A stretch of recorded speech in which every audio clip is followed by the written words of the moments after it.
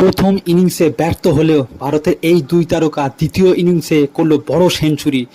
আমাদের ভারতের সেই ওপেনার ব্যাটসম্যান যে শুভমান গিলকে নিয়ে এত কন্ট্রোভার্সি হচ্ছিল, যাকে নিয়ে প্রত্যেকটা জায়গায় ট্রোল হচ্ছিল যে ব্যাটে রান পাচ্ছিল না, সে কিন্তু আজ আবার একবার দেখিয়ে দিল যে সে কিন্তু একটা টেস্ট ক্রিকেটার, সে কিন্তু ভালো টেস্ট ক্রিকেট খেলতে পারে। সে আজ প্রমাণ করে দিল শুভমান গিল। সে কিন্তু 176টা বলে কিন্তু 119 রান করলো, যার মধ্যে 10টা চার আর 4টে 6 মারলো, ঠিক আছে।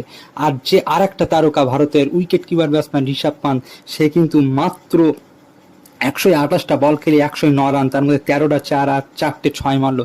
যে ঋষভ পান্ত কিছুদিন আগে কার অ্যাক্সিডেন্টে যার মানে কি কেরিয়ারে প্রচুর প্রবলেম হয়েছিল, সেই ঋষভ পান্ত কিন্তু আবারও কামব্যাক করলো টেস্ট ক্রিকেটে, এবং সে কিন্তু আবারও একটা বড় সেঞ্চুরি করে সবাইকে তাক লাগিয়ে দিল।